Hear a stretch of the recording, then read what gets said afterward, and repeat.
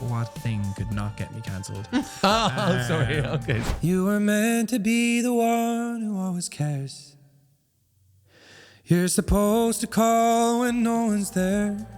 Well, I did a lot of therapy when I was a kid. My real dad was very abusive. Hey, yeah, Lightless Lounge. Ladies and gentlemen, everyone far beyond and in between, welcome to the Lightless Lounge. It's me, Nikkie. And it's me, Wes. And for all our Dutch listeners, you're probably like, what the hell is going on? Why are they so international? Because we have our first and last international guest of the series for the Lightless Lounge. Yes. Cian Ducrot. You ever want to fall in Love. and you never want to. Okay. Very passionate, very good singer. Yeah, starting artist. He's had some hits already. Yeah. Crazy on TikTok, 4.5 million followers. I saw one video which had like 103 million views. Insane. This is our final episode of the season. It flew by. It really, for me, I want to do more episodes. Hopefully for you as well. No. Okay, that's it. Thank you for watching. Bye. Bye. No, and we just want to, I don't know, maybe some more international guests or whatever, but we're going to make a season 2, I think. Yeah, when? We'll talk about it. Who's in charge of your agenda? Oh, wait. It's you.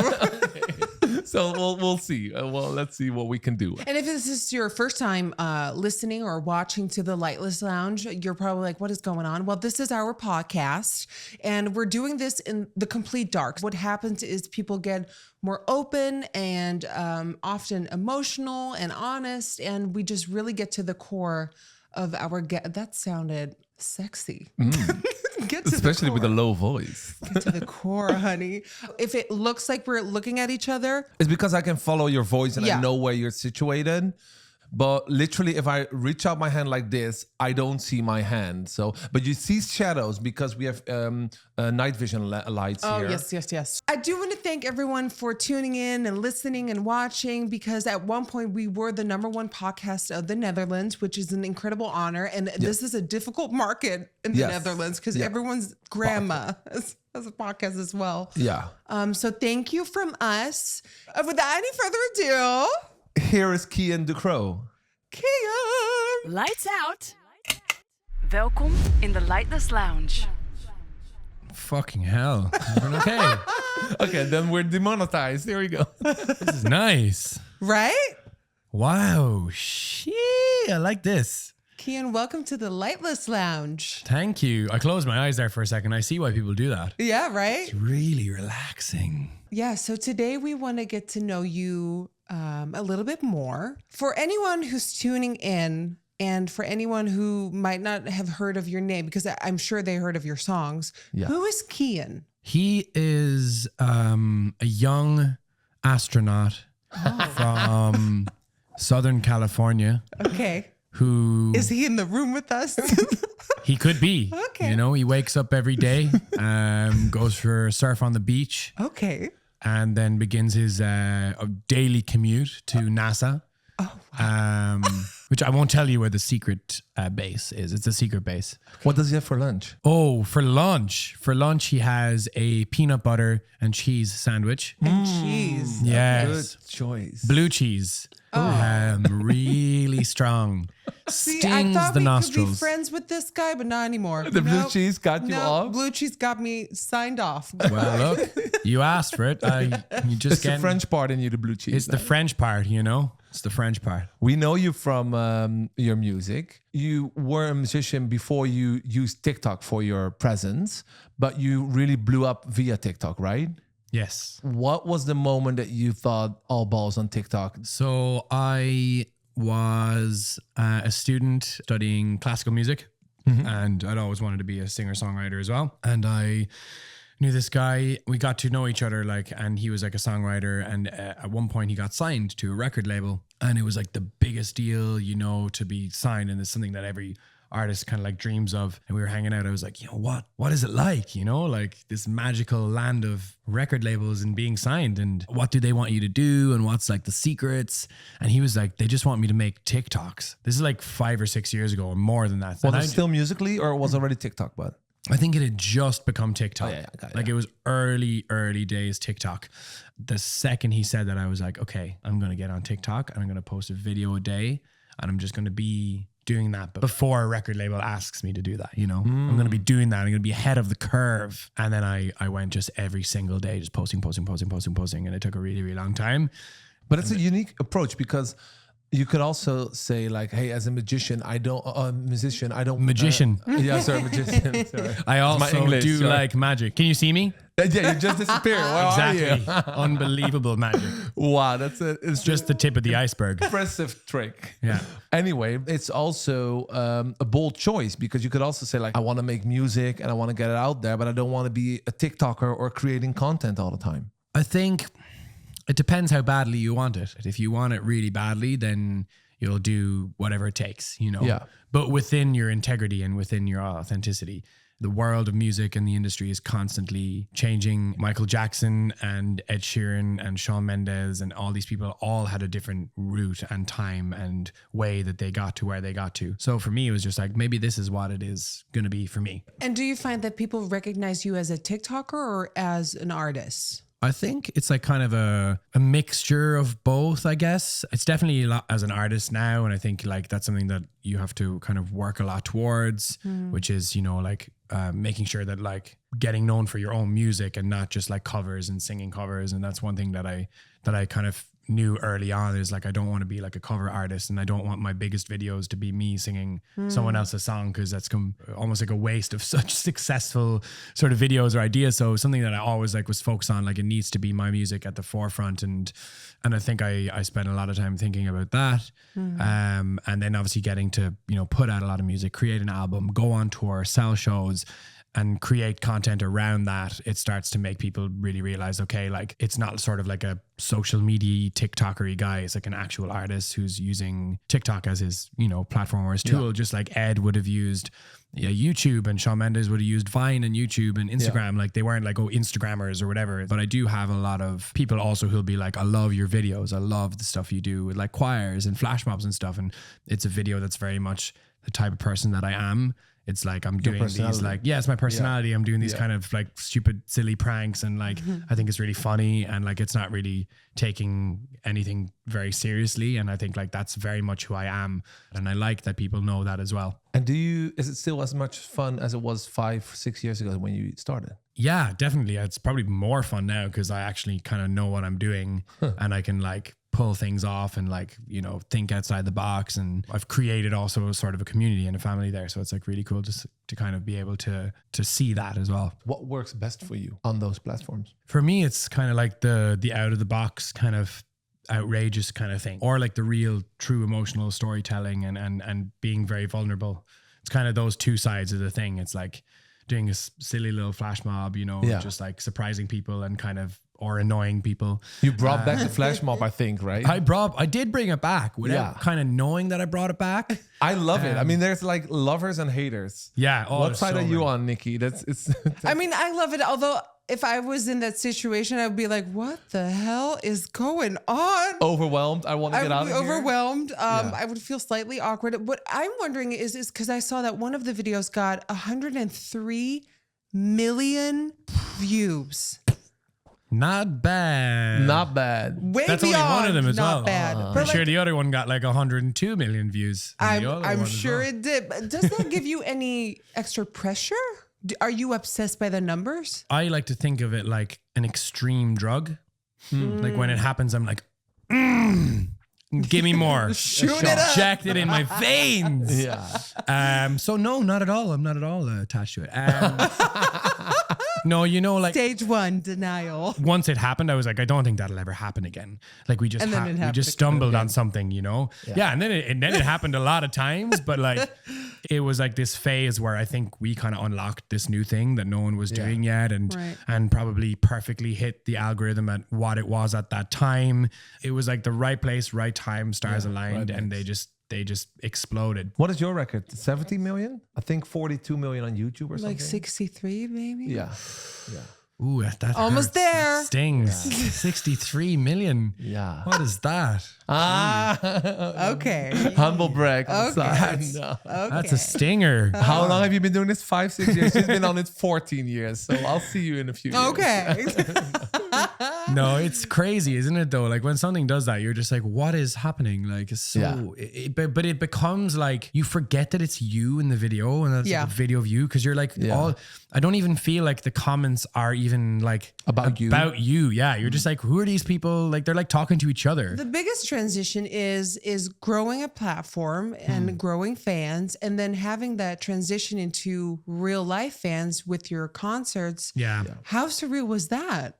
Well, that's the only part that I really gauge, to be honest, because it's like sometimes I forget like what followers mean because sometimes they don't really mean that much. Not all of these people are going to buy tickets and come to my shows. Right. So you gauge it by being like, okay, like what tickets can I sell?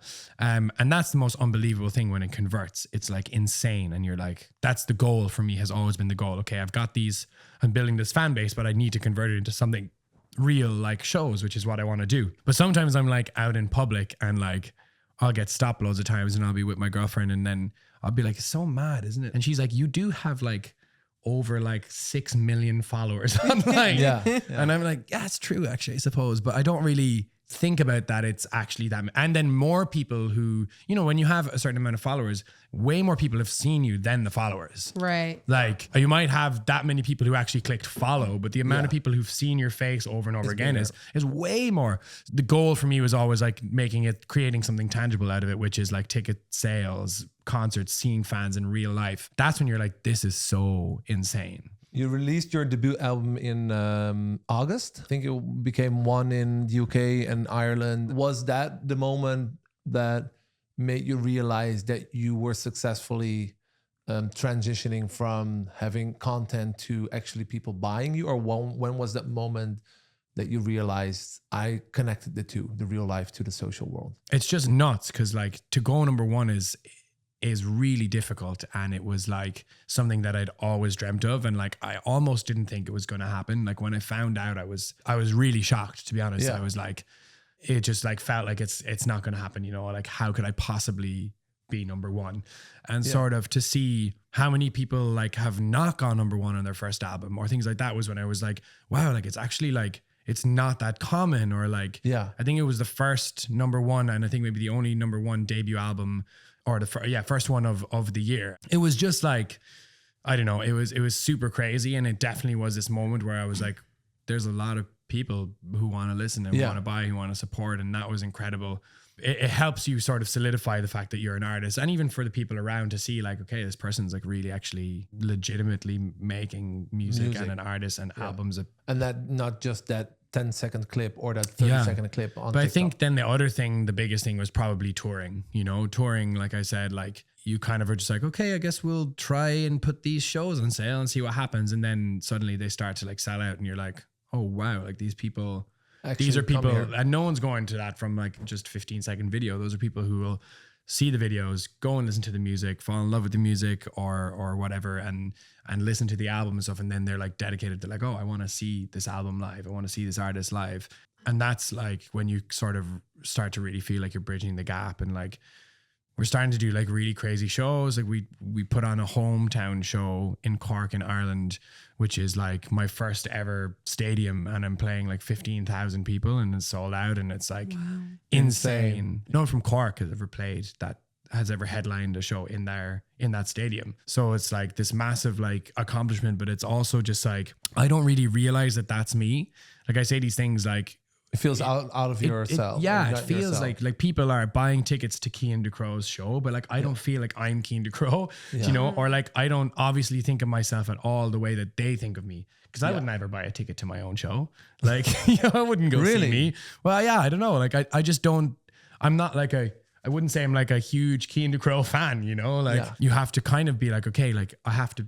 That's who I am now, and it's almost like the fans who make you that, and the people coming to the shows, they're the ones who make you into that person, as opposed to yourself. Do you like that person? Sometimes. Not always. Do I like I don't know. I feel like it's like you're two different people. You can't be the 100% real version of you, because the version that people sort of become a fan of, it is you, but there's also a side of it that is like who they think you are, kind of thing, you know? Yeah. So I try to like love both versions, and I try to like align both versions as much as I can. But I do also think you have to sometimes slightly separate the other version and almost get into like flipping a switch. yeah, like exactly, kind of flip a switch. And it's not that you have to like change or whatever, but it's But I get what you mean. It's the artist. yeah. What people don't think about is everyone always says like, oh, when you get famous or whatever, like don't change and stuff, Yeah. you know? But you will. But You like will. you will, but not because you change, it's because everyone else treats you differently. Yeah. And it's like such a misconception that like famous people change. And it's like, no, we don't want to change. We want to stay the same, but everyone treats you differently. Therefore you have to change to adapt to that, because suddenly it's like, you can't go for dinner without being bothered, or you can't walk down the street, or you can't arrive in a new city without like, you know, it's all these different things. So suddenly it's like you do these things that people might think are like pretentious, or like say you get into a car and you get driven to the door and escorted into a restaurant or whatever. Not that I do that, but like I can imagine that like if I had in the past seen people like, doing yeah, that, yeah. like, oh, he thinks he's famous. It's like, Yeah. no, if It's part of the role. if you don't do that, you won't get to dinner. Like I always feel so bad when I'm with like my friends, my family, my girlfriend and stuff.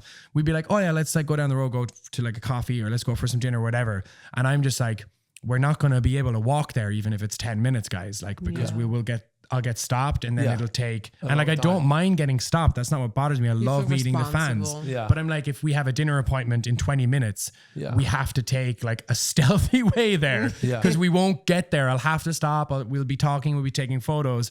So then I'm like, so then you have to change the way that you behave in a way. And I don't necessarily love that part of that person of myself, where I have to kind of like, I have to now live in a slightly different way. And I know it's like, I'm so fortunate and it's super cool, and I'm lucky, but it is like something that you're like not prepared for. Nobody can prepare you for that. Yeah, no one around you is prepared. No one really knows how it works, and you kind of have to figure it out. You kind of have to start to put the boundaries up and be like, listen, guys, I don't really want to walk because I'll get stopped, or I don't really want to get out here because like I just don't have the mental capability right now to talk to a lot of strangers, or like you always also want to give the best version of yourself. Yeah. And you don't want to be that guy who where they're like, comes off as arrogant. yeah, or and they're just- like, oh, I yeah. met Kean one time and he's so rude. Yeah. It's like, well, no, I just didn't sleep that night maybe, or like I just had a fight with someone, or there's a lot of crap going on in my life. I'm in a bad mood. Yeah. And you don't want to present that version to like your fans and to the people who are really important Because to you. they take it as you, the artist, being then arrogant or... Exactly, yeah. Blackout baggage. We ask you to bring an item with you that's important to you or that has a story to it. And ideally, you would give it to me first. Okay. If you can. Do you have it on you? Yeah, I do. Oh, it sounds heavy already. It sounds heavy. So I give it to you first, is it? Yes. Yeah. Be Okay. careful. I'm not Yeah, I'm sure. going to be really careful. Are your hands out? Oh, Now God. they are. Oh, you go. Oh, shit. Oh, it's heavy. It's really heavy. Is it supposed to come my way, or can we just... Yeah, no. I know what it is. It feels heavy, hard. Okay. That's what she rough, said. a little rough. What the fuck am I holding? You don't want to know. Is this a skateboard? Yeah. I think so. Yeah. Is it? Yeah, of course it is. It's. I'm trying to show it to the camera. Yeah, I tried as well. Do you always bring it with you?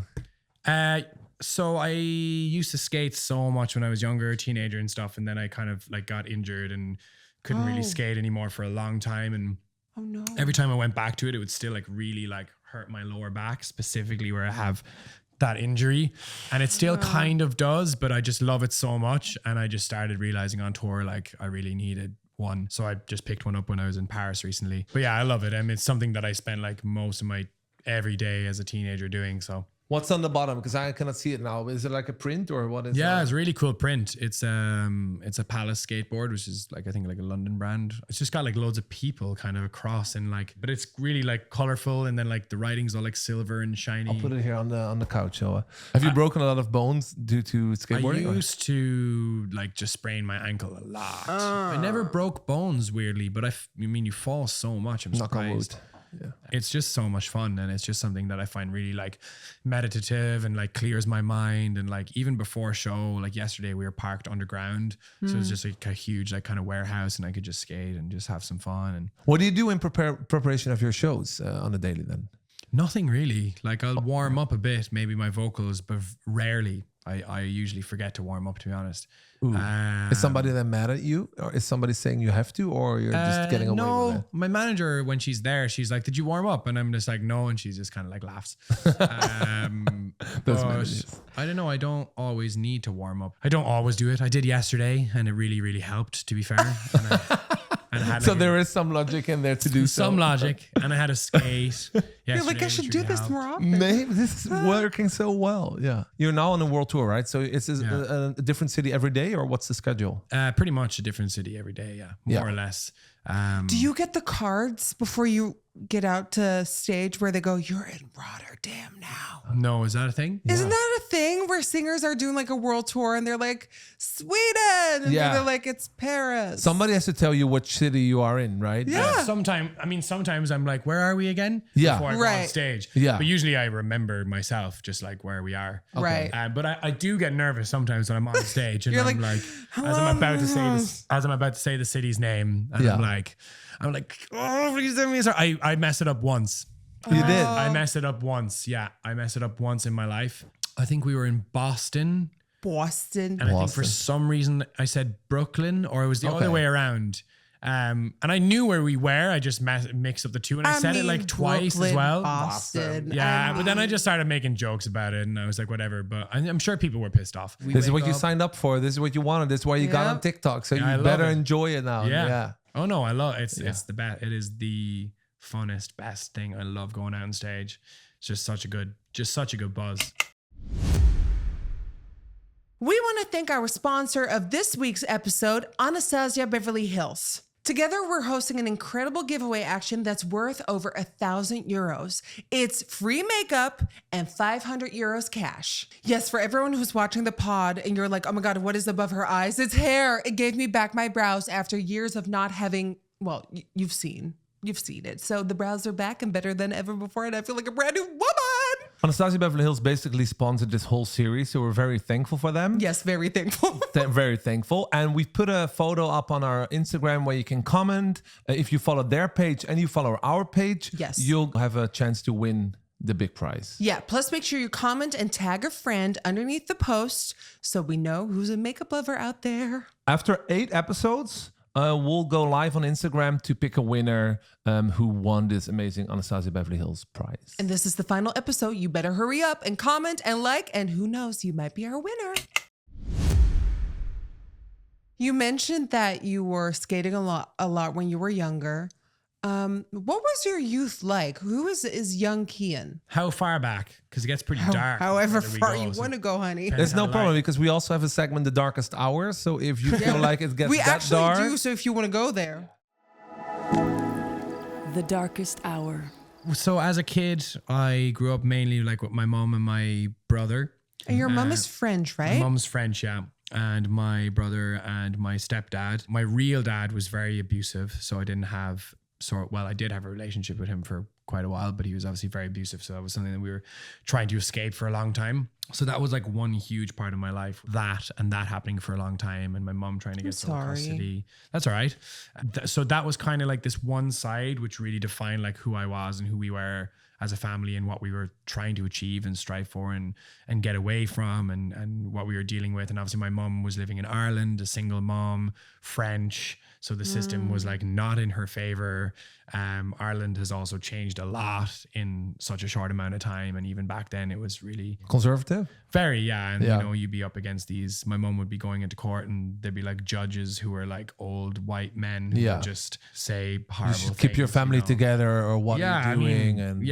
Terrible stuff. They were all just influenced by the church and all this crap and super misogynistic and, you know. Yeah. So there was that side, but then there was also a wonderful side where my mom and my brother and I were so close because of all of that. And we had this extremely strong bond, and music was something that tied us together. I obviously fell in love. She's a classical music player, right? My mom's a piano player and a flute player. Yeah.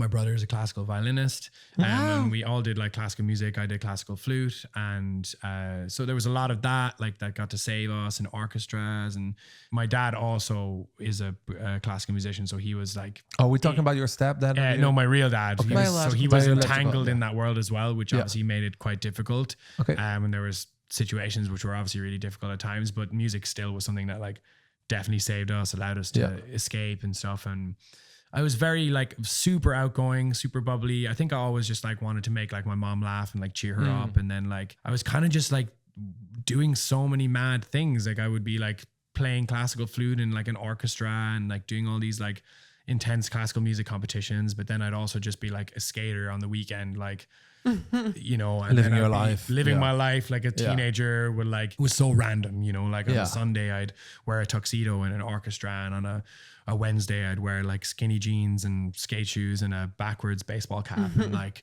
on a Friday I'd wear like suede boots and like a top hat and a gate, you know. It was just like, it was like 5 different people. Yeah, I'm wondering if you found it difficult that since your biological dad was you know, intertwined with the classical part of the music, if that felt difficult maybe to sort of like tap into. I think like all of those parts of me definitely just felt 100% me, and I still feel like all those people. Yeah. I was a skating, flute playing, songwriting.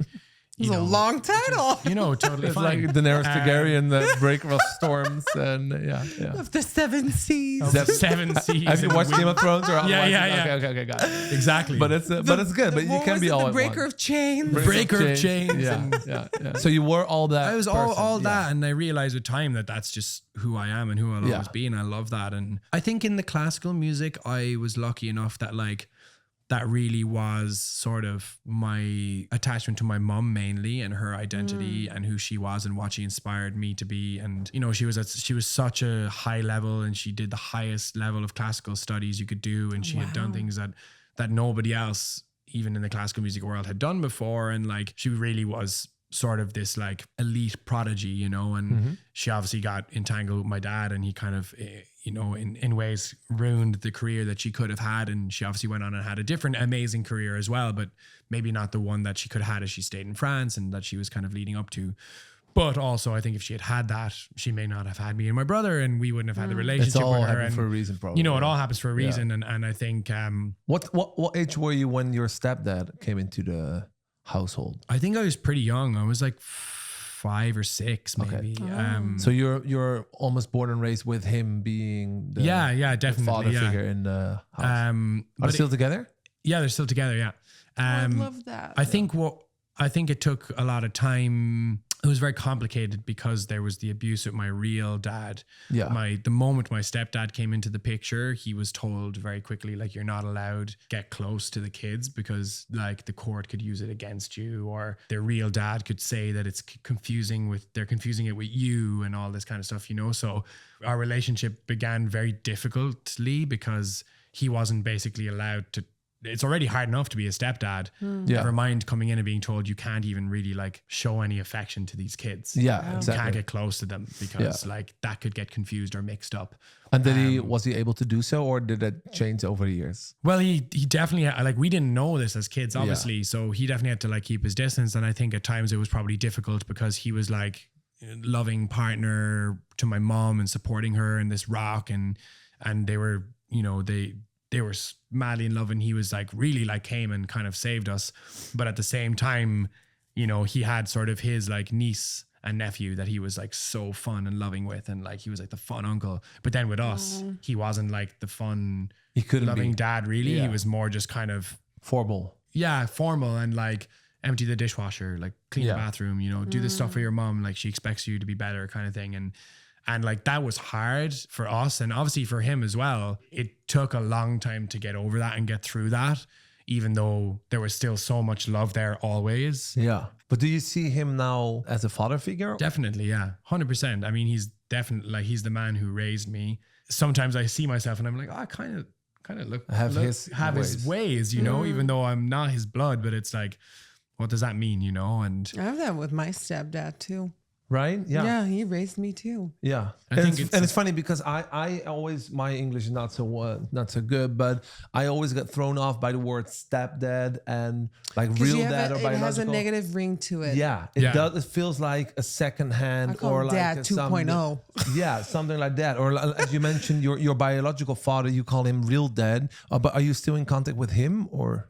No, not at all. God, no. I don't even like. It feels weird even calling him dad. Like, yeah. Right. So if you explain Like him I'd call, to me like usually a real I'd call dad, him like my father or like my birth father or whatever. Yeah. I call him by his name. We call him you know who. That's what we call him. oh yeah. Really? Okay. That's what, like, since we were kids, that's always like what we've called him, you know, and he's he's out of the picture. yeah. If anything, my stepdad's the only one who calls him your dad or your father. Sometimes he'd be like, "Oh, I saw your real dad today." Yeah. And I'll just be like, "Oh, like miss him." As Yeah. a joke, you know. But it's like, But there's even when you're now getting older, there's no no desire in you. Because a lot of your songs are based on your family situation from home and growing up, and I can imagine that maybe you get to a point where like maybe I want to have a conversation with him as an adult. no, there's no need. It's kind of just like that kid who bullied you when you were in like when you High were school or whatever. Yeah, like you don't need to go talk to that person and be friends with him. Like I don't really care. Like Yeah. Don't he's kind of- deserve it. he's just like, yeah, it's not even that he doesn't deserve it. It's just like unnecessary. Just because he's like the guy who might have some of his blood or whatever, Yeah. and he once dated my mom and they had a kid. Like that's all it is, you know. Like I Yeah. don't need to have a relationship with him. He I got don't his really- chance. Yeah, I don't really. Yeah, and he had his chance so many times, Yeah. and I also know like we gave him second chances a couple of times. It's not like we didn't do that. But he's just, you know, like narcissistic. You know, to be honest, the only emotion I really feel towards him now is sort of like sadness and pity. Like Yeah. I feel sad for him. He could have had 2 wonderful kids and a beautiful wife and a family. Right. And he didn't. And to be honest, I don't even know if it's like his fault or was he born with like issues or did something happen to him when he was a child? Did he go through things that turned him into this horrible person? I do think that's why I think like people often deserve another chance or they deserve to for forgiveness or they deserve to redemption or whatever. But like, you know, in my dad's case, like he never would admit that he did anything wrong over and that's over the narcissistic again. part, He would, it was, you know, it wasn't just like physical abuse. It was like sexual abuse. It was like, it was stuff that's like unforgivable. And that is like, well, you're obviously fucked up. But the thing is, that's not normal.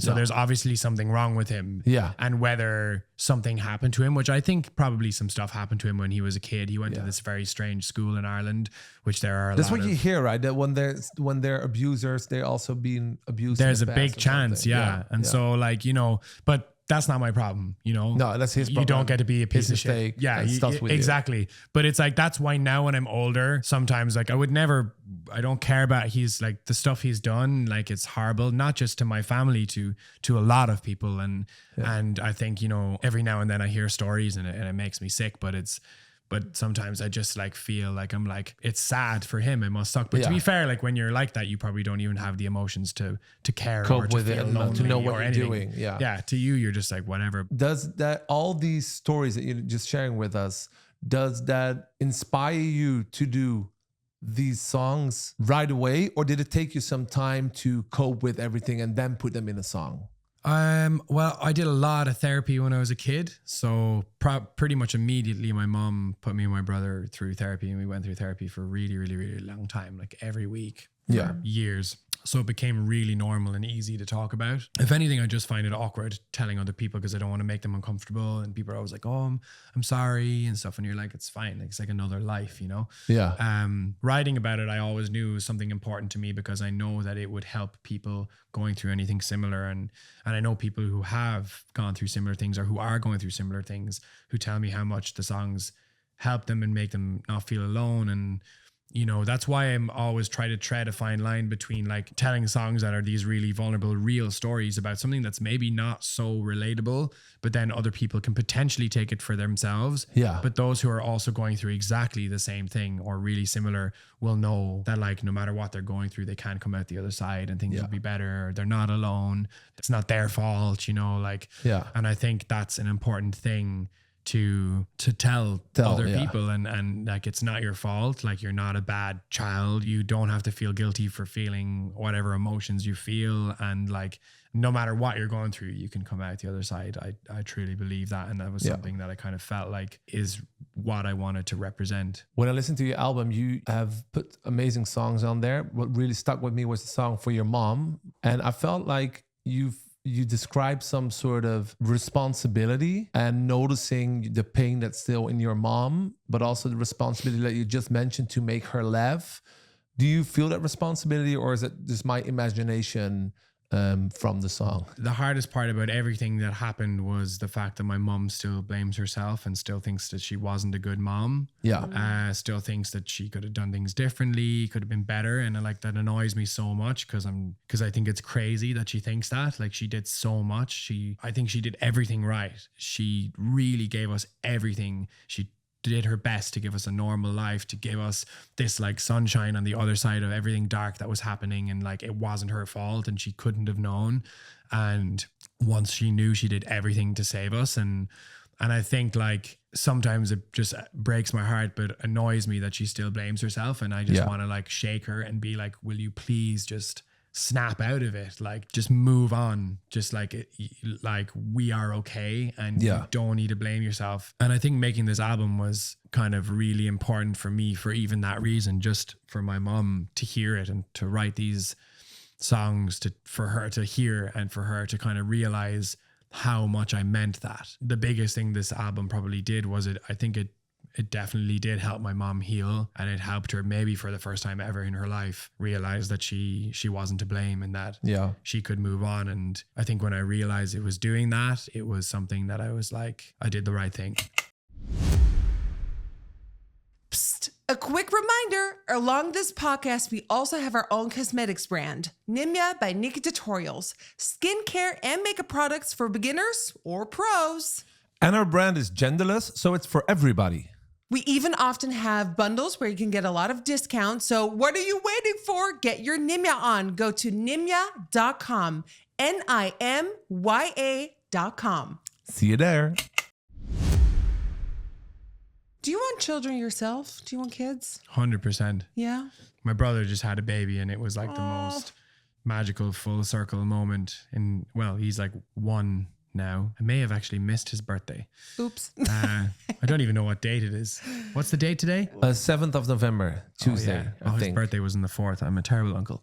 No. He's only 1 year old though, so he won't even know. No. My you brother, have 6 more years before But you your notice. brother will know. my brother will know. No, but your brother will understand as well. Yeah, well, I wished him like happy birthday like 3 days before and 2 days before. Yeah. There you go. They didn't even invite me to his birthday party. So Wow, there you go. God, when he had his son, it just is so beautiful to watch my brother be a dad, and like to watch him just love his child more than anything in the world, and like just be like the best dad ever. Like he just loves him so much, and like I love him so much, so I can't even imagine how much my brother loves him. Like when I think about him, I just like want to cry, and when I see him, I just want to be like, I am going to protect you forever. Like you know, This sounds like somebody who's ready for kids himself. Yeah. As well. yeah. Well, yeah, God, but How like long have you been with your girlfriend for now? over 3 years. Oh yeah, okay, got it. Well, it's for me, it's more that I couldn't have a kid now, like being on tour. Like it's just crazy. Like life is not. Never say never, Kean. Never say never. Yeah, who knows? I mean, you'll make it work, but it's not the time where I would plan and be like, you know, I've just started touring and I've just started like, there's still so many things that I'm striving for and I want to achieve, but it's something that I definitely would love to do. And I'd love to adopt as well. That's something that I think would be really, I've thought about that so much, and I think it would be really important to me as well. Another song you just released is about a friend of yours that you lost. I know Wes and myself watched this music video last night, and it was not the right choice to do right before bed. I mean, it's beautiful, but it hits so hard. It hits so hard. Yeah. Can you take us through the story a little bit? So the music video was kind of something I thought about a lot, and I knew it had to be a pretty close representation of the real story for me. It was definitely very tough to get that. Became a really quite emotional and beautiful experience, but it was very heartbreaking and difficult. Yeah. But I knew early on when I started speaking like with directors and stuff like that about what I wanted to do, that it became evident to me that I wanted to tell a story. That story, yeah. I wanted to tell that story, but I wanted it to be a little bit more hopeful than what actually happened. Sadly, what happened is that I did lose my friend, and he did pass away, and he succeeded in taking his own life. But I felt like in this story, I wanted to sort of represent something that like it doesn't have to end that way. Yeah. And although it goes there, in the end of the video, we're back together, and and it sort of ends in this moment where we're together, and in this moment. So tying that message, like you could go that low, but it doesn't have to end that way. Yeah, and like just sort of trying to tell people that like don't go there, like it doesn't have to be there. It does and you get can better. imagine just like that this is what you'll miss out on, this hug, this love, this person, these people who care about you so much. Yeah. And it was just like that hug I wish I had with my friend, like so many times I kind of dream and I wake up imagining like that he is still there. Here. Yeah. And it's like, but he's not, and it's crazy. And it's like, it was just, a very important story for me to tell. And that I knew that hopefully it could like reach even one person and help one person and maybe save a life. And that was like the important goal for me, was to just try and turn something positive somehow out of that dark situation. Yeah. Twilight Delights. What do you do before you go to sleep at night? I think the only thing that actually like puts me to sleep is reading. I've started reading a lot more because I never really read, to be honest. I was really like I found it really difficult, but now I started spending so much time on my phone, like in cars and cabs on the way to something, in like a bus, a van, whatever. You travel so much as an artist and you're just like on your phone. And I was like, I just need to get away from And what do you phone. read then? I read mainly like autobiographies or sort of like kind of businessy self-help kind of books, but not like self-help, more on the business side. So like Atomic Habits, I love that book. Or like I read this book by Stephen Bartlett, which is called Happy Sexy Millionaire. These kind of like, I like the business ones, but ones that are kind of like within the sort of just interesting ways of thinking. And now I'm reading Shoe Dog, which is the story of the founder of Nike, which is incredible. It's his own memoir. I read like the autobiography by David Grohl. I loved that as well. I like stuff that just kind of aligns with my life because I find it interesting. Yeah. It either inspires me or I can relate to it. A dark debate. We're running through the segments, and we're doing this on purpose because we have a time crunch. Sorry about that. But it's a dark debate, which is something that's debatable. AI is the best thing that ever happened to the music industry. Wow. I would say it hasn't fully happened yet to the music industry. Like it's happening. It's starting to happen. I definitely wouldn't agree though. The best thing that happened to the music industry is obviously just good artists and songwriters making music. Would you describe it as positive or negative for the industry? I think it can be positive, to be honest. I think there's a lot of stuff in the industry that's so flawed and so flawed by humans that could be easily solved and made better and made more efficient. Could you give us an example for that? Ooh, what thing could not get me cancelled? Sorry. Okay, sir. No, there's not the intention to ask you that. No. Well, no, but I've thought about this and I've spoken about it with friends and stuff like that. And there's a lot of interesting. For example, there's a huge industry of artists that take pitch songs. So they don't write their own music. Then the music is all written by just other songwriters. Yeah. Like random people who just are songwriters and they pitch and they pitch. Almost like ghostwriters. Ghostwriters who just try and like send songs and stuff. I think if you're going to just take music from other people or other people are going to write songs, why not just get a robot to do it? Why not just get AI to do it? Yeah. It's so much better. It's more efficient. Who cares if it's written by, like, if you're going to take a song that doesn't mean anything to you, and like you didn't write anyway, might as well just get it from a robot. It's just like, and I would probably get cancelled from that. I like your approach because it's less defensive. Yeah, I'm not against it. And then there's no one's getting hurt. No one's arguing about like well, who's getting percentages and points and blah, blah. Robot doesn't care. Doesn't have to get paid or anything, you know? So I think there might be a side to that where that'll help a lot of as long as they are songs. honest about it, then that is written by AI. Who cares? They're never honest anyway. Yeah, like most artists who don't write their songs still pretend they do. So but then if AI helped write you the song, would you still be up for a Grammy? It depends what the Grammy is, though. If it's like best new artist, that's nothing to do with the song. Best AI song. Huh? You know, they could probably have best AI song, and I mean there are like there's the new Beatles song, which was partly restored by AI. I'm pretty sure. So exactly, and that brings a tear to my eye. So you know that's a positive thing, and I don't know. I think it just needs to be like maybe there need to be like regulations and that's what we're up for and stuff like that, but. It's always going to go there, you know? And it's like, if AI can write better songs than humans, then... I doubt that though. Yeah, I don't know. Maybe it will, or maybe it'll help, or maybe it'll give you ideas, or it'll be... Yeah. And my question is, how many songs have we already enjoyed that are made with AI that we don't know of? Since the start of my songwriting career, people have always used the internet to help them write songs. Right? Yeah. Everyone gets Rhyme Zone up. Everyone gets like... Rhyme Zone? Yeah, everyone gets Rhyme Zone up. It's like... I've never heard of this. I need this. You just type in a word and it gives you all the words that rhyme or indirectly. Oh my God, we need this for Nimya. So it's like people do that, or you have like, there's an app called like, I think Rhymer's Block or Writer, I don't know. Yeah. And you like write your word in and it'll give help you all out suggestions there. of Oh my words. God, I love this. Of words that rhyme, because it's like people will do that because they're like, what if I don't think of that one best word that could be the perfect thing? I don't know. Like, so, and to be honest, I think like it can be a good thing because it's like you can then focus on other things. You can focus on the more creative side. So it's not the best that happened to the music industry, but it's a good tool. Yeah, it's definitely a good tool, I think. I have one more tiny question. Not tiny, but it's a question. When looking at the future, what do you see? What do you want to see? Besides all the Grammys. There's definitely a lot of collaborations I dream of. Like, I think that's one thing that I think about a lot is definitely collaborating, because it kind of makes you feel like you're achieving a lot of things that you've always dreamt of. I always have wanted to collaborate with Eminem. So that would be...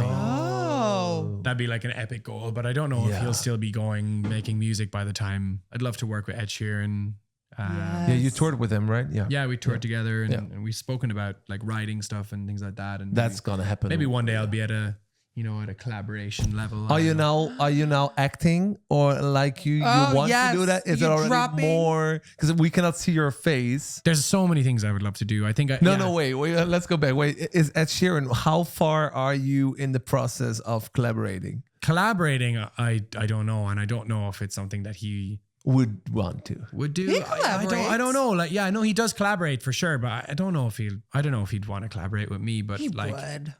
Maybe one day, yeah. But I think I have to earn my stripes first, for sure. Okay, got it. Yeah. To be fair, I would say he's the kind of guy that would like charitably collaborate with someone to help them, and he is that kind of person, 100%. If anyone was going to do it, he would be the person to say yes, because he's so lovely and just. But I think that I would want to earn my stripes and like earn that, and to, maybe like get to a point where that would be something that would be cool for us both. And there's a lot of dream things like that I would love to do, and even just perform on stage with people. Like I've thought about, I'd love to like perform, with the Script or Codeline or like these artists I grew up. What about Eurovision? Would you do Eurovision? Yes, Eurovision. No, why not? Wait. That would get you famous. Oh, this is a hard no way. Why not? Yeah, why not? No, not my vibe. Oh, not your vibe?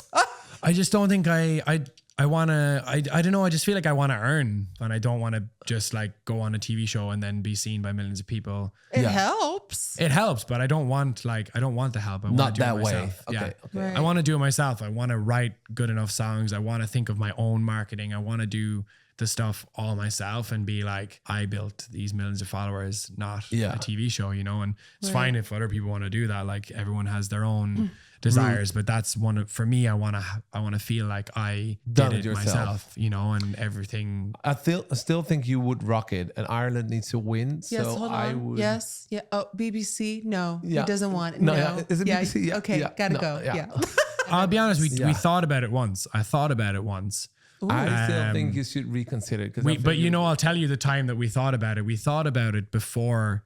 We thought about it after the success of All For You and before I'll Be Waiting was going to come out. And the question we asked ourselves, even with the label and stuff, was like, do we believe enough in this, in me as an artist and in the power of these songs? Or do we think that we need Eurovision to get some sort of success?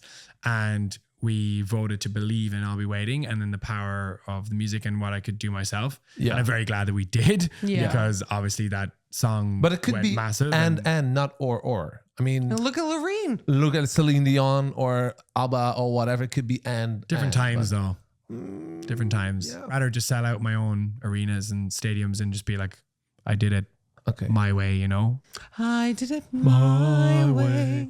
Okay. Final question. We have a dream of being in this room with a singer that could sing 2 or 3 lines a cappella. Yeah. Would you be open to that, or would you? I can try, but I don't know if I'm warmed up. Wow. I never think singing a cappella sounds that good, but I'll give it a go. One of my own songs would make sense. Yes, for sure. Oh, I know. I'm gonna do a wild one. Oh. Well, not a wild one, just one that people probably don't know. Oh. You were meant to be the one who always cares. You're supposed to call when no one's there. You were meant to say I love you at the end.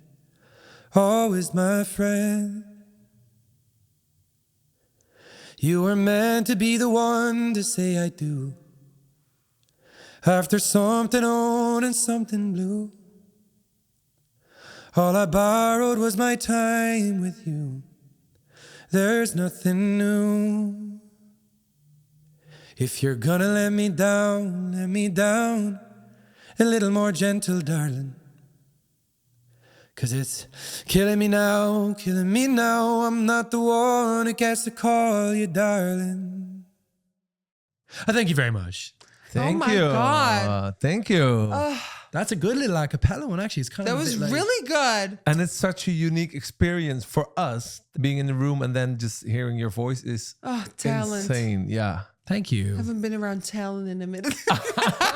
Thank you. Thanks, guys. Kean, thank you so much for stopping by the Lightless Lounge. It was such an honor having you here. Thanks for having me. My absolute pleasure. This is the weirdest Isn't it? thing ever. But was it fun? It was so much fun. I loved it. I really do love podcasts. So this is a very interesting, very cool way to do it. I really, really enjoyed it. So thank you. And your so much eyes for don't get used to it, right? You're still in the dark. Yeah, I don't know what's going on. Yeah, we need to talk about this because you ask this every week. Yeah. end. Oh, sorry. Me? Oh, sorry. Yeah, Okay, sorry. You do. Every week we end it like this. Anyway. Okay, sorry. Oh, sorry. Okay. That's right. Okay, I think it's clear by now that you Yeah. can't see shit. Yeah, All right. exactly. Yeah. Kean, thank you so much. Good luck at your show tonight. Thank you. For everyone We'll be who's watching or listening, please don't forget to give a great rating, leave a comment. We read Yes. them all. And comment down below what your favorite song is by Kean. Yes. And anything else from you, mister? I'm thankful for this final episode of the season. Oh, don't say it. Honored for you to be here and enjoy the rest of your day. And thank you, Nikki, for everything. Ja, tot de volgende serie. Bye bye. Bye. Bye. Hey!